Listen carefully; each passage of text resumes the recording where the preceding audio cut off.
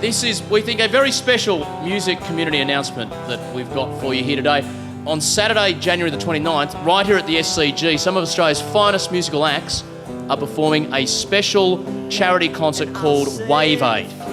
Midnight Oil reunited for the gig. Powderfinger, Silverchair playing their first gig in 2 years.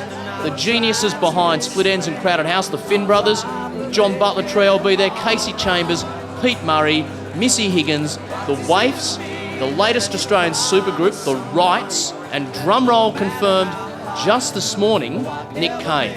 All the net proceeds from Wave Aid will be distributed amongst 4 charities: the Australian Red Cross, UNICEF, Oxfam Community Aid Abroad, and Care Australia.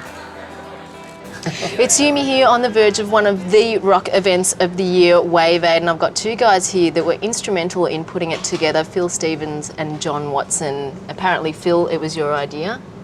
Well, it was just a phone call. It was a reaction to the terrible footage that we were seeing and the story that was coming out. And it's I think it's quite a natural thing when that happens for musicians to rally to the cause. So I think we talked to John Butler the day after it happened, or the 2 days after the tsunami, and he was really keen to get involved and do something.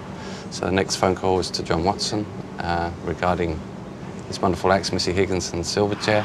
We didn't even think really about Silverchair at that time, and Paul Petico regarding Powderfinger, and that formed a nucleus, so it kind of built quickly from there. I guess the bands are getting a lot of publicity because they're all playing for no fee. Yep. Who contacted the bands and approached them? Basically the whole thing was put together by Phil Stevens, Paul Petico and John Watson. Was there any issue for you convincing your bands to play for no fee? No, from our point of view, it went from a conversation of, can John and Missy and maybe the Waifs do the Horden, to, hey, Powderfinger on board, maybe we can do, a sort of an arena show. And then we reached out to some other people, and before you knew it, we had a stadium show. So, pretty much everybody who was approached said yes really quickly. Well, the call first came through from John, and Your manager? Yeah, and before he'd even finished his second sentence, I was like, for sure, without a doubt. So, and then I think 10 minutes after that, I spoke to Ben. I was like, so, and he's like, yeah, I know. It's like, It's unprecedented. No one's ever seen this kind of destruction before, with all the video footage and everything that goes with it. So, I think that's part of the reason why people have been so struck by it, and they want to do something. Tell us a little bit about what your role has been in setting up Wave Aid. My role was to get the managers to get Michael Chugg on board so he could basically do all the work, which is what's happened. That's not true. Working with someone like Chuggy and Mark Pope, they obviously know how to promote. How valuable have they been to this project? It's been a really great team effort, the whole thing. I think there's really, 6 of us who've been sort of the instigators of this before all the other people have come on board and helped shoulder the load. And I think everyone's brought something to the table. Paul Petico, who looks after Powderfinger, Joe Segreto, who's put the Rights together and who does the Home Bake Festival, has been a big part of the team as well. And having Mark and Chuggy involved has been great because they've done some of these big charity shows before, so have dealt with most of the problems that have arisen in the past. What can we liken Wave Aid to that you've done in the past? Oh, I suppose the Farewell to the World Crowded House concert at the Opera House when we stopped the city for 6 kilometres and had, 200, 300,000 people in the area. I suppose you'd liken it to that. Although that was a free concert, but it did raise money for the Sydney Children's Hospital. The thing about this is that it's going to raise $2 million. What's been the hardest thing about pulling all this together? Time. Normally something like this, you'd put it together, you'd put it together over probably 6 months, and you'd go on sale 3 months out, and then you've got 3 months to build it like this, virtually. So we've done it all in a month, and it's been a hell of a lot of fun, but it's also put a lot of stress on everybody, especially on all of us and our businesses. I mean, Joe, at the moment, Joe's got all the big day outside shows going on, so he's up to his neck. We've got about 15 to 20 tours about to start, Well, you're right in the middle of it, actually. Yeah. And it's just, you know, it's put a lot of stress on, but it's wonderful to be able to do it. To do it in essentially 3 weeks is mind-boggling. The really amazing part of it has been that, you know, normally in life you call people up, their answer's no until you can convince them to say yes. With this it's the exact opposite. Their answer's yes until you go so far that they really have to say no. So that's really been quite inspiring because it's made you realise what's possible when people work together. Basically, Joe Seg, Mark and I have been doing all the nuts and bolts and putting it together and getting everybody organised. My office has been absolutely taken over for the last 3 weeks. All my staff are out at the cricket ground today getting laminating and organising passes and wristbands and all that sort of stuff. There was a laminating party last night, laminating all the thousands of passes. There's people that are working 24 hours a day doing this, and they get very little credit for it, and they're the real champions. It's absolutely what's true. going on. I get into the office and first thing in the morning and start downloading the emails, and there are emails there from 3 a.m, 5 a.m, 7 a.m. From people who've been working right through the night, and that's been the case the whole week. And these aren't people who are going to be interviewed on Channel V, but they're much more sleep deprived than we are. We virtually, did all the dealings with the cricket ground, got all the media. Mark got a lot of the media on board. We all worked at it, and then we brought on all the people that we wouldn't normally use for something like this. But the thing was, it was like done in warp speed. I mean, yeah, it's been 4 weeks since Phil Stevens called me, and in that 4 weeks' time, we got a bill together, we got an outdoor venue together, we got the DA approvals for it, all that sort of stuff. We promoted it, we publicised it, and basically all the people are turning up. Now we have to build the bloody thing. So, What about volunteers? How many volunteers will be on ground? So the exact number would be a question for Mark and Michael, but it'll be hundreds. I mean, there are hundreds and hundreds, if not thousands, of people who in different ways have volunteered to make this event happen. And the contribution of each and every one of them, unfortunately, there's not going to be the opportunity to sort of ever compile a master list of all the people who've done their bit to help. But I think it's it's in keeping with the nature of what this event is, and probably with the broader response of society. Cricketers have played a game of cricket. The TV people put on a TV show. The musicians are doing a gig. At a time like this, everybody really does the thing that they hopefully do best, and that's their contribution to the cause. And it's the same for all the people behind the scenes. Do you remember where you were when you first heard the news about the tsunami? yeah, I was at home, just out in the backyard and just seeing some of the footage, and I guess like everyone, it was sort of like, wow, that looks pretty bad. But as time went on, I guess the power of TV and instant communications these days, and everybody's got a handy cam, you just saw how shocking it was. Was I? I was in WA. Mm-hmm. Yeah, celebrating Christmas with my family and the New Year. I was actually in Newcastle for Christmas with the family, and and all the breaking news started rolling in, so it's a pretty devastating event.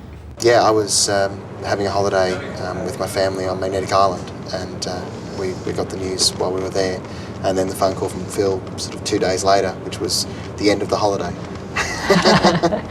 And it was, I think, just sitting on the couch at home watching the news. And what was incredible was there was no sense of how large it was in those first few days.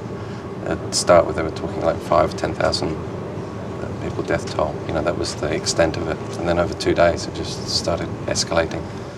I was on tour. I can't remember where I was. I think I was up north somewhere, because I've just done a tour up the northern regional areas. And did you get it straight away, or did it take, like everybody else, it seemed to take a couple of days to start to really understand? No, you don't really get the enormity of it. You just think, oh, there was a bit of a tidal wave and a few people were hurt. But then every day, you found out there were more and more people that got affected by it, more and more countries, and it's unbelievable. I was at home, saw it on TV, and spent the day ringing all my friends in Phuket to make sure they were okay. Actually, that's right. When it first started to happen, I actually rang Michael because he's got a place in Phuket.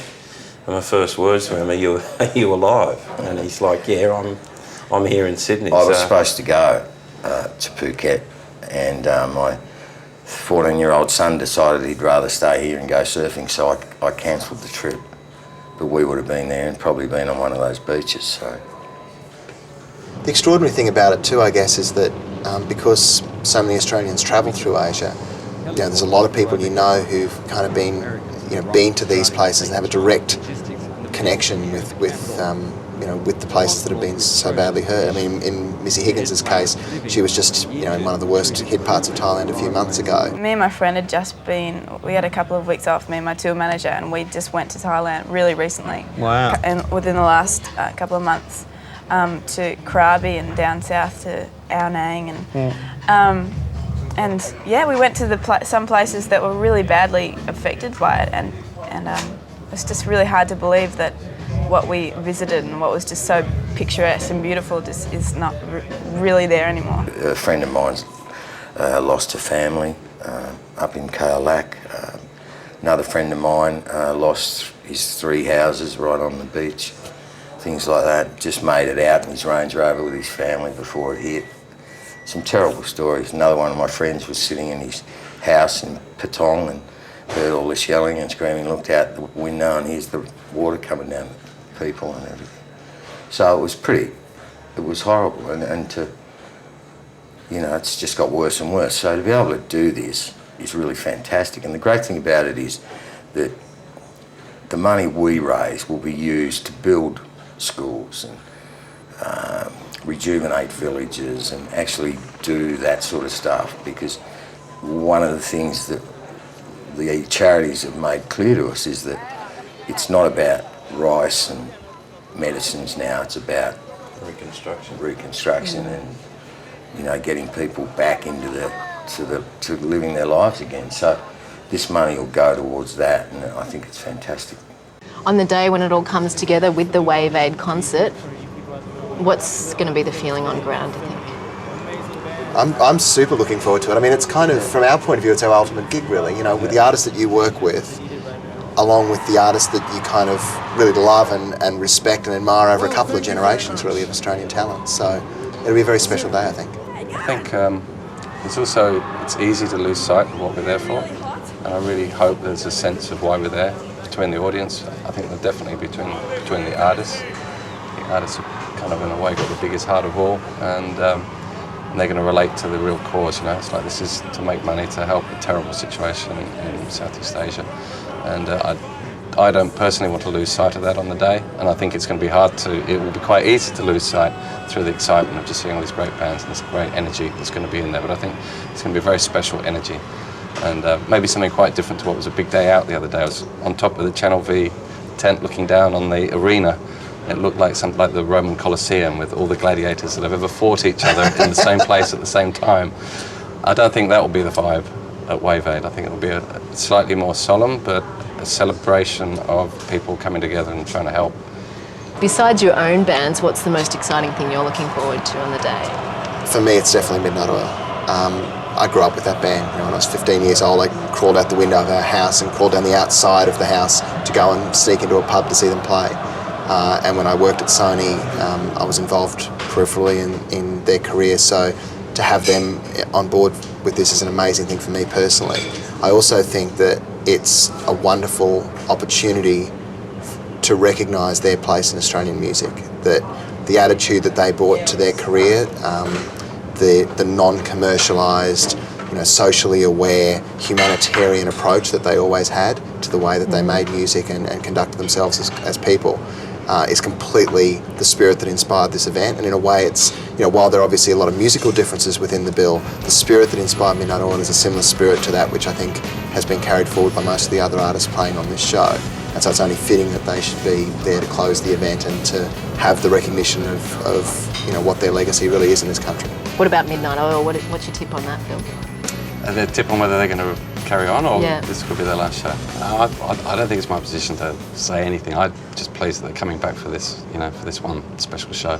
To put on a commercial show like that with those bands, the talent bill would be between probably $1.2 and $2 million. So you could, you probably couldn't put it on without charging $100 plus for the tickets. So to do it for $58 plus booking fee is just unbelievable. And I've had so many people email and ring us and just can't believe how cheap it is. Suffice to say that we are really confident we're going to make at least a 7-figure donation to this cause in pure profit from the event, which has been made possible. This kind of event wouldn't normally make that sort of money.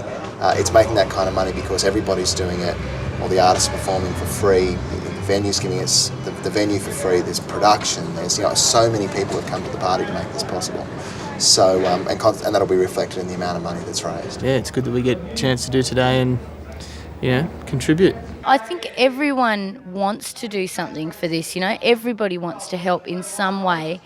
We're just lucky that we get to do it through music, and that can actually bring people together and make a bit of a difference. It's good to see the human spirit come together and inspire ourselves and each other and try to make something good come out of this tragedy. It's kind of